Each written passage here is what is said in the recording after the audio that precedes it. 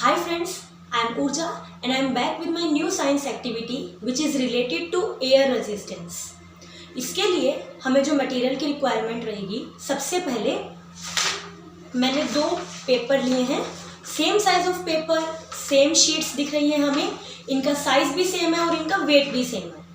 हम क्या करेंगे, हम इन दोनों शीट्स को इक्वली नीचे गिराएंगे एंड देन देखेंगे क्या होता है। हमने देखा, दोबारा से स्लो मोशन में देख सकते हैं हम किस तरह से दोनों शीट्स जो हैं इक्वली गिर रही हैं।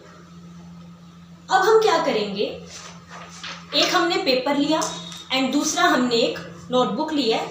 ये जो नोटबुक है सेम साइज की है, शीट के जितने साइज की ही है, बस फर्क इतना है कि इसका वेट ज़्यादा है और इसका वेट कम है। अब इनको गिराते हैं एंड देन देखते हैं कि कौन पहले गिरेगा। दोबारा से स्लो मोशन में देखेंगे। वैसे इस चीज़ का बहुत ऑब्वियस आंसर था कि बुक पहले गिरनी थी। ऐसा क्यों? क्योंकि हम लोग यही बोलते हैं कि जिसका वेट ज़्यादा है वो जल्दी गिर जाता है। Because of the more weight ये बुक जल्दी गिर गई। लेकिन क्या केवल इस बुक के पहले गिरने का रीज़न सिर्फ वेट ही है? चलिए एक और एक्टिविटी से देखते हैं।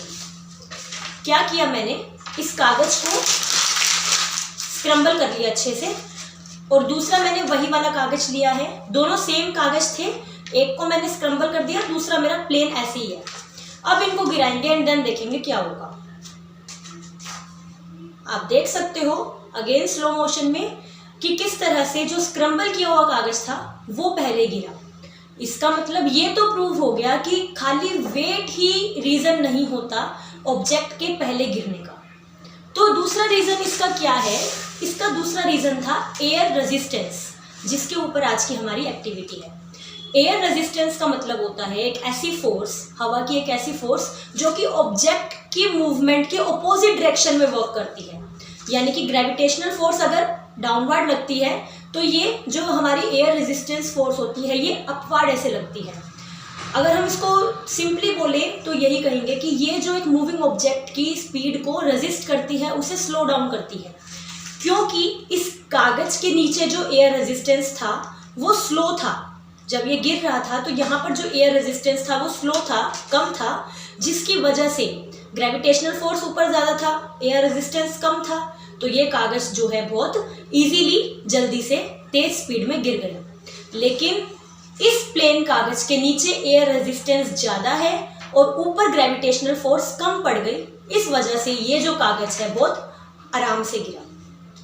हम इसी एक्टिविटी को एक और तरीके से प्रूव कर सकते हैं।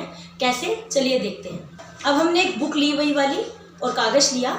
मैं इस कागज़ को इस बुक के ऊपर रख दूँगी और अब हम गिराएंगे एंड देन देखेंगे क्या होगा। ऑब्वियस सी बात है, कायदे से तो यही होना चाहिए कि कागज़ जो है वो आराम से गिरना चाहिए, लेकिन देखते हैं होगा क्या।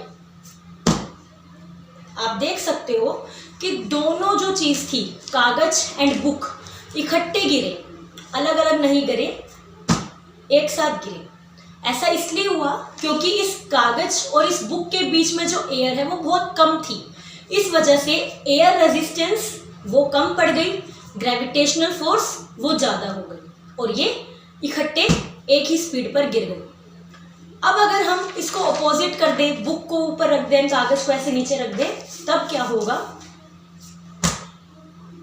अब क्योंकि यहाँ पर एयर कम थी, इस बुक का दबाव कागज़ के ऊपर ज़्यादा था, इस वजह से ये दोनों की जो गिरने की स्पीड थी वो सेम थी।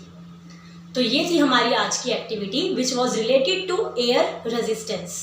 आई होप आपको ये एक्टिविटी अच्छे से समझ आई हो। एंड किड्स, प्लीज़ इस एक्टिविटी को ज़रूर ट्राई करें और अपने साइंस के जो बेसिक एक्टिविटीज़ होती हैं उनको अपने माइंड में क्लियर करें। Thank you, have a nice day.